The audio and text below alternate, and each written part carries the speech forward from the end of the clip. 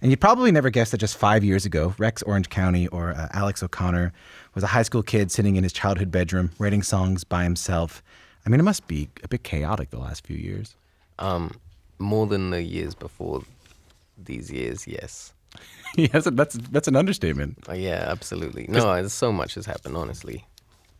I want to talk about this because it all kind of started. I just want to give people an idea. I mean, you're selling out shows all over the world right now. Your name's at the top of the lineup for the Coachella Festival, for the Oceaga Festival. And it's amazing to think that it all kind of started in 2015 with like an EP on SoundCloud called Because You Will Never Be Free. Mm-hmm. You were in high school. How did your life change after that came out? I mean, it took probably a couple years for my life to really, really change entirely. But over that, I mean, putting that out definitely changed the way I thought about things, my mindset, because I had I had something to work on and something to be motivated by for the first time properly.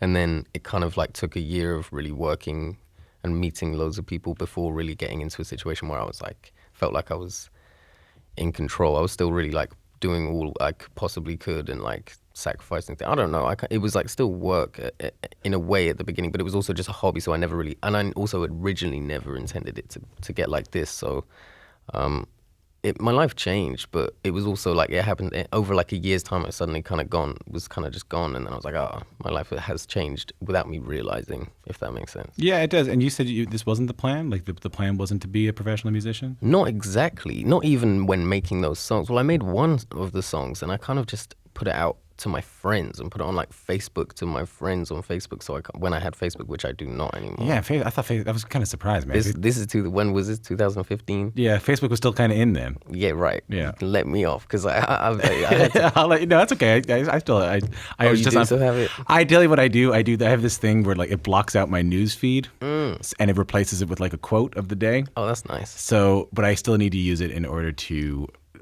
message people. Absolutely, I hear that. No, don't worry. I was on the same for a long time, and then I was just like, you know what, I'm good. But what were we saying? You were talking about what was the plan? So I was just putting it out there then on that bit, and then it just became. It was only for my friends, and then they would start telling their friends, and it literally, as far as I'm aware, other than me like talking about it, and then until I got a manager, it was really just like playing shows, like booking my own shows with a friend and. That was the plan. The plan was just to kind of there was no plan. The plan was just to make music a little bit. Yeah, and be able to. I just wanted to make music so I could perform it. I just wanted to play it on stage. That's all I wanted to do. I didn't know what it would potentially come from it. I didn't expect anything exactly, but I also, of course, there was something in mind that was like, it would be nice if this became something I could do more of. But I didn't know at all how it worked, or just like trying to. It wasn't like an attempt at breaking in any way. I was just like doing my thing from the ground. It's really interesting music. What were you listening to growing up? What were your parents listening to when you were a kid? My parents were listening to, I always say this in every interview, to be honest, but it is the truth.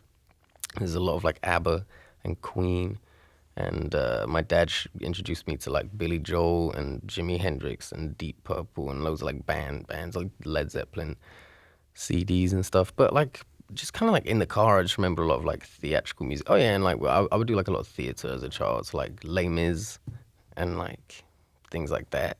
And like, I mean, I guess the reason I ask is because when I hear your music, I hear like a lot of major sevens, and even a lot of minor sevens, which are, if you're listening to this, kind of tonalities that are found a lot in sort of what they call like yacht rock, or they're found a lot in what they call like, you know, kind of easy listening music that I'm really fond of.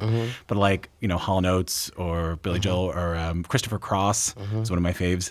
And it's cool to hear those chords again, because I don't feel like I don't ever hear a C major 7 chord anymore. Yeah. That's why I'm interested in this. Like I'm wondering where that tonality came into you. Billy Joel absolutely, definitely at one point just was a huge inspiration. It made me want to play the piano properly. And then also like when I was getting to like 15, 16, I never played the guitar either for years. I did not ever have any guitar lessons. Well, yeah, I never had any guitar lessons ever. Yeah, you don't really need guitar lessons. I mean, no, it's YouTube, like, or just a couple of shapes. Just a couple you of shapes. You can go from there, yeah. Yeah, but I started when I was like 15, literally 16 probably, and because people were showing me like certain artists that play guitar, and I was like, I never thought the guitar was cool until now. And suddenly it was like, actually, it's kind of cool, and I can just transfer what I know from the piano onto the guitar. Though I do think that piano players are maybe better songwriters. Because they like when I play guitar, I see it in a series of shapes, but I feel like piano players can see the whole picture. Like I only see a chapter at a time, but I feel like piano players can see the whole book. I hear that. I do know what you mean. A singing teacher once was like, you just don't have the depth. He like played me, he like gave it his all on a guitar and then gave it his all on the piano. He's like, there's certain things that you can do on a piano that you just can't on a guitar. And of course it works both ways, but there's like depth in like the super low bit of the piano and the high bit. Like you can't play both of those things on a guitar. But it's like it's timeless music, and I hate to sound like the old guy here, but like when I think I watched you on Jimmy Fallon's show, and I was watching like 40, 50 million people listening to these songs, and it was really nice because to me it's just like classic old school good songwriting. For real. Like Billy Joel was taking off of like the Platters and like 1950s kind of pop groups like Burt Bacharach, what do you get when you fall in love and all that stuff, Like I just think that. Not to say that you're obviously very original and making really cool music, but it's nice to see that it's just kind of old school good pop songwriting. Thanks. I mean, that is what I look up to and enjoy listening to. So I'm glad that it's come out through the music, thanks to those artists. Is that why Tyler, the Creator, got interested in you? How did that come out? Well, he actually loves those chords, but I don't even know if he's really into like that type of. You can go and watch him talk about in any interview. He'll talk about what he loves. It's obvious to see all the music he loves because he can just name it off his head at any point. But like, he loves chords basically and loves harmony. So he reached out to me on a note of mentioning the chords and the harmony and just said he liked some of the songs on that first album that I made just for my friends. And he was hearing certain chords and he pointed out that I used the same three. Like the same what do you use? Chord sequence, which was like it was just like a 2-5-1 that I had just figured out, which is just like a jazz, like a really standard thing. And he pointed out I used it on like 8 out of 10 songs or something, and I was like, all right. But I kind of would have guessed, but he figured that out and told me and was like, oh, yeah. Oh, we're talking about the same thing. We're talking about people who can appreciate kind of old school, good, solid songwriting. I'm a big sucker for a minor 4. Sure. I can just about figure out what that is in my head, but I just... like C, and then F, and then F minor. Yeah. That's where I want to live. I want to get a sleeping bag made of that. We should go buy a house over there. Just go buy a house in minor 4 land. Minor 4 land. Can we play the Tyler track? More major 7s. Everyone has stopped listening, by the way. Everyone stop listening? Yeah, because I keep on talking about chord structures. That's a little bit of you singing Boredom off Tyler, the Creator's Grammy-nominated album, Flower Boy. So what was that like, to go from playing in your living room or playing in your bedroom to playing with one of the great minds in music?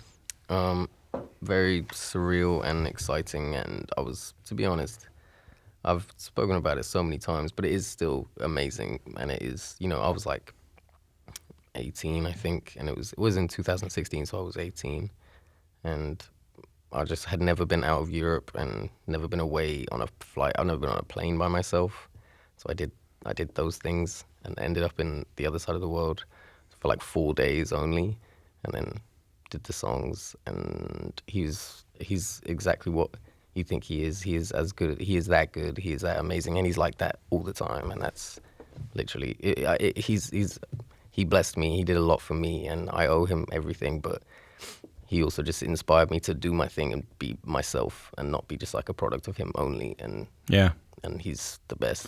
You said something earlier to me when you were talking to me about how it all went down. You said it took me, you kind of briefly mentioned it, but you said it took me about a year before I figured out how to get control of what was going on. Mm-hmm. What do you mean by that? This is just kind of like early on with having put stuff out by myself and just like made it and just put it out with just SoundCloud and not even like a distribution to put onto Spotify or anything. I didn't even know how to do that. So I just remember feeling like that was my groundwork, that was just the work that if anyone was going to reach out to me, that was what I had. That's why. And it wasn't just lucky that some random person hit me up, but I'd done something to show for myself, I think. And I just felt it was just kind of that. It was about a year from putting it, from like making it, putting it out, and then until like meeting this other producer and starting making other songs and making like Sunflower and Best Friend and stuff. Yeah. Until then, and then in fact through that time actually, I felt still pretty much like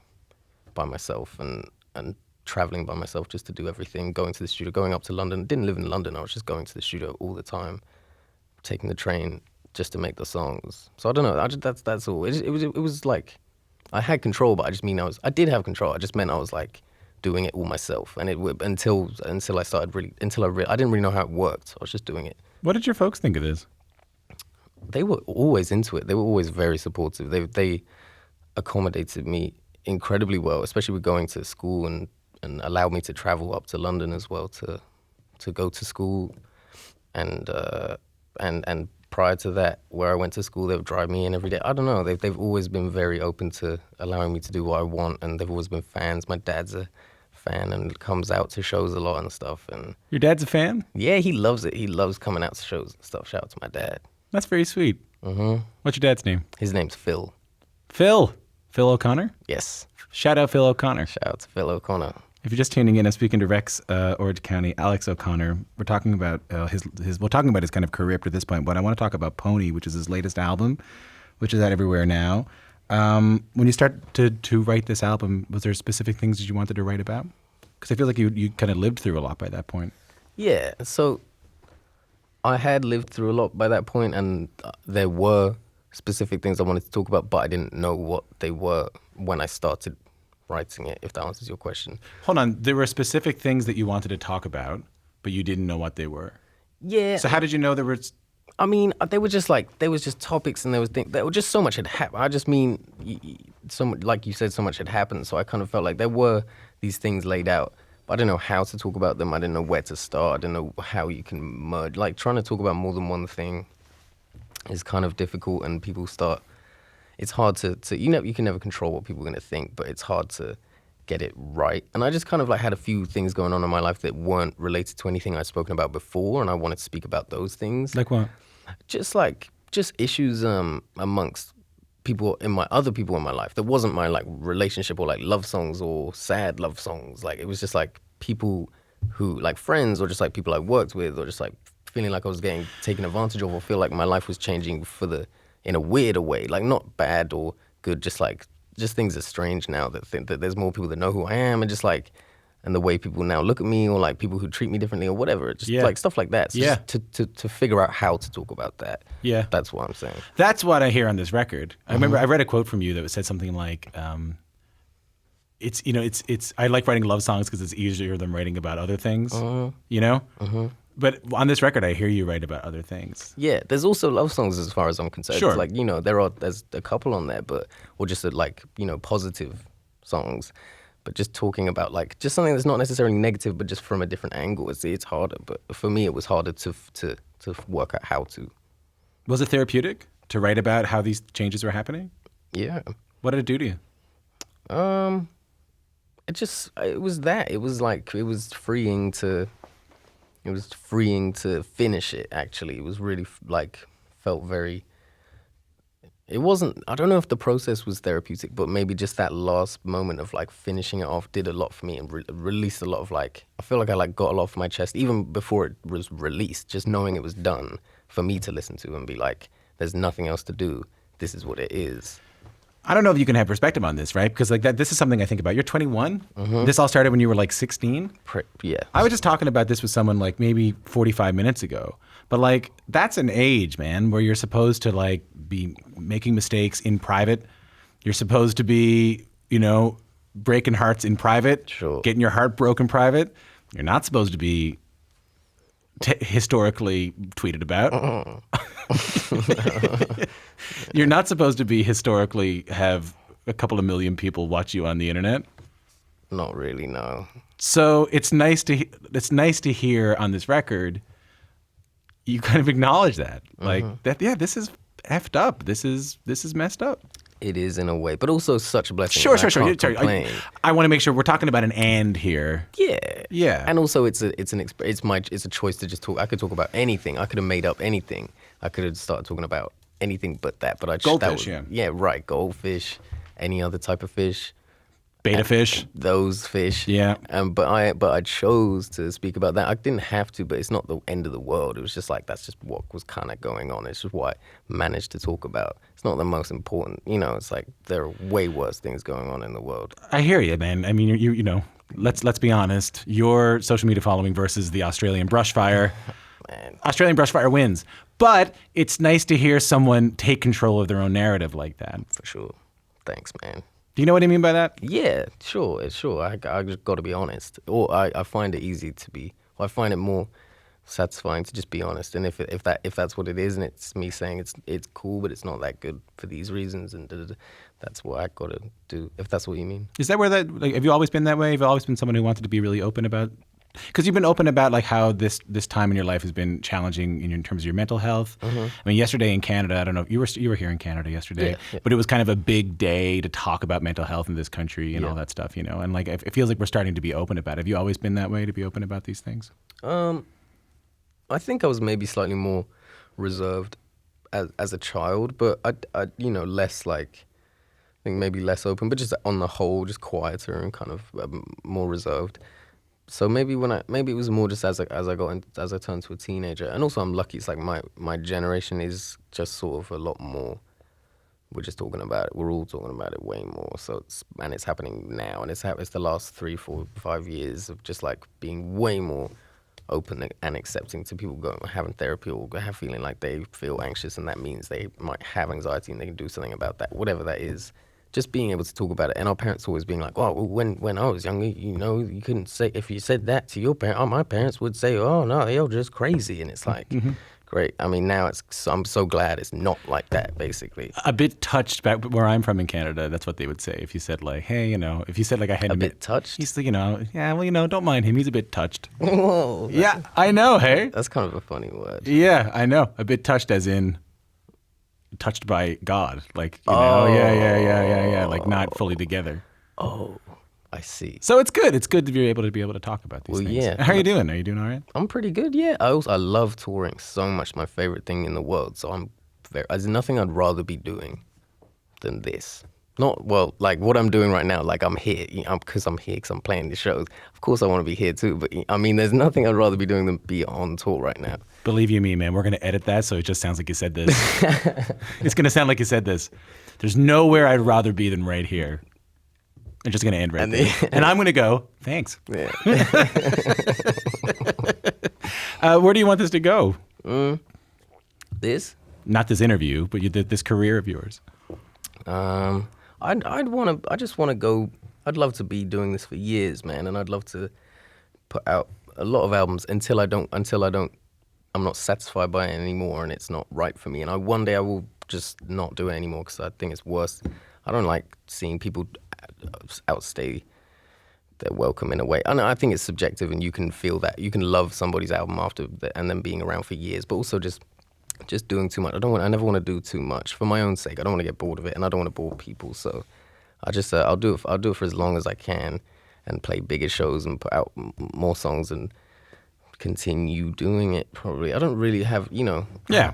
Nothing. If you sat down with me right now and said, "Here's my 8-year plan," I'd be a little freaked out. To be honest. Also just don't know, and like anything could happen. I might lose my legs. You can still sing. Yeah, but I can't run around.